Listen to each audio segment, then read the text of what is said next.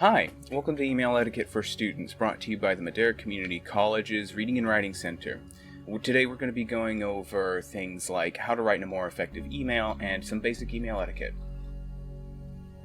The reason why it's so important to go over email etiquette is because we interact in writing more than you might realize. Whether you're writing to an instructor or to your boss at a job, or whether you're just sending a text to a family member or friend, there are different genres of communication writing, and knowing the differences in these genres is important.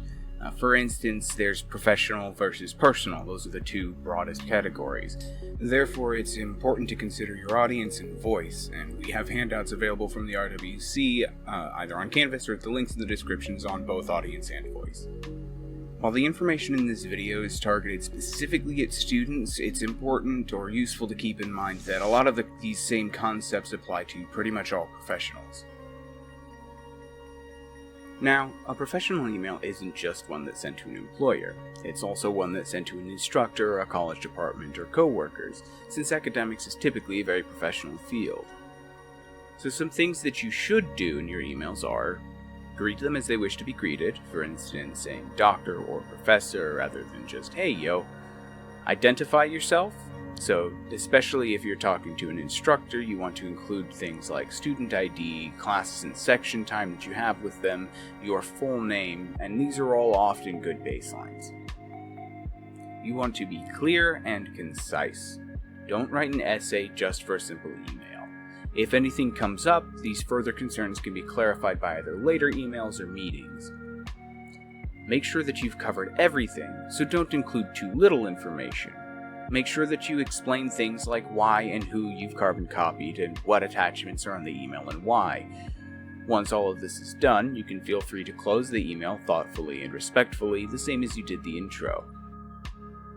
Some things that you don't want to do are greeting them improperly by not referring to them by their proper title. So, forgoing the whole Dr., Mr., Mrs., Professor sort of a thing and saying something like, yo, teach might be a little bit too informal.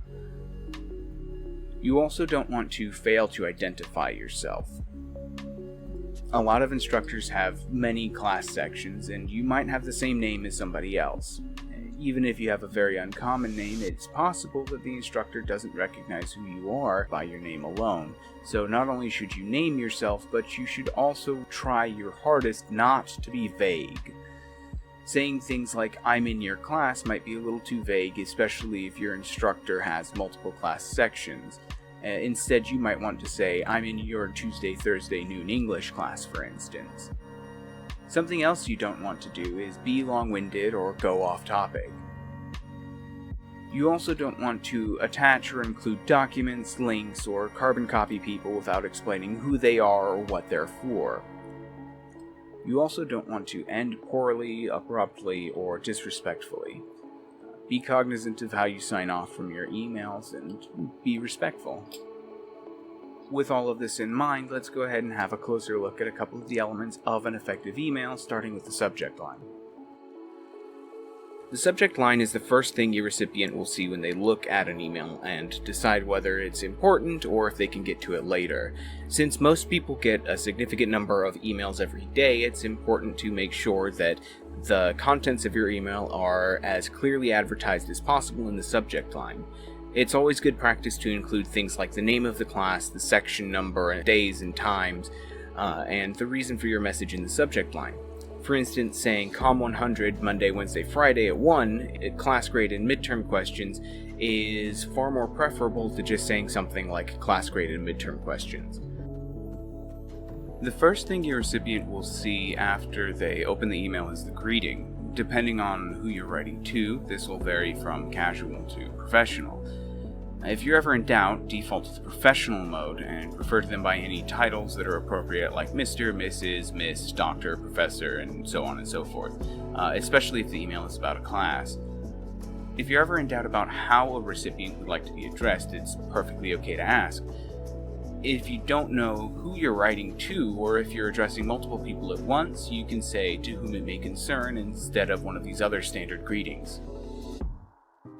In the body of your email, the main things that you should be concerned with are clarity, structure, tone, and font. In order to be clear, you should keep your sentences complete, direct, and simple.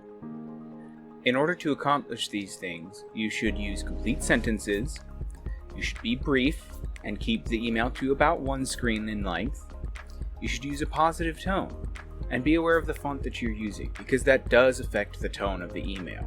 For instance, using something more formal like Times New Roman is typically a better choice than using something like Comic Sans. Finally, you definitely want to proofread your writing, because that affects the level of professionalism that you're displaying as a student when you're writing to an instructor. There's a few recommendations that should be observed regarding attachments and carbon copies. First of all, when you're attaching something, add a note about whatever file you're sending. When it comes to carbon copies, limit carbon copying to only when it's necessary, like during a group project or message, or when the message concerns multiple parties that should be included in the conversation. When applicable, use the blind carbon copy feature. This is especially important and useful when you are writing to a large group of people and not everybody's email needs to be shared publicly to everyone else in the group. Some recipients may not want their email shared with the rest of the group, and that's perfectly alright. Using the blind carbon copy feature allows everybody to maintain their privacy while still distributing the message to everyone that it needs to reach. Finally, we come to the last part of crafting an email, and that is the closing salutations. When it comes to the salutations that are used at the end of an email, thanking somebody for their time is typically considered a pretty common courtesy and something that most professional emailers do. It never hurts to say thank you, or sincerely, or best. It's almost just as important to sign off properly as it is to begin an email properly. Some final notes to consider about email etiquette is, first of all, why send an email? Well, sometimes other media are better. Face-to-face communication, for instance, or a phone call can provide a little bit more clarity in between the person that you're trying to talk to and yourself. Additionally, something to be in mind of is how can you, as the writer of an email, be part of solving what it is that needs to be addressed? How can you improve on the question of what's the homework? What else can you ask? What other things can you include to be a little bit more clear and a little bit more etiquette-y?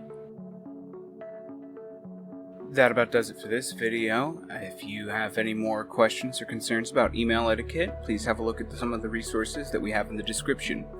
If you thought this video was helpful, please consider checking out some of the other videos we have on our channel.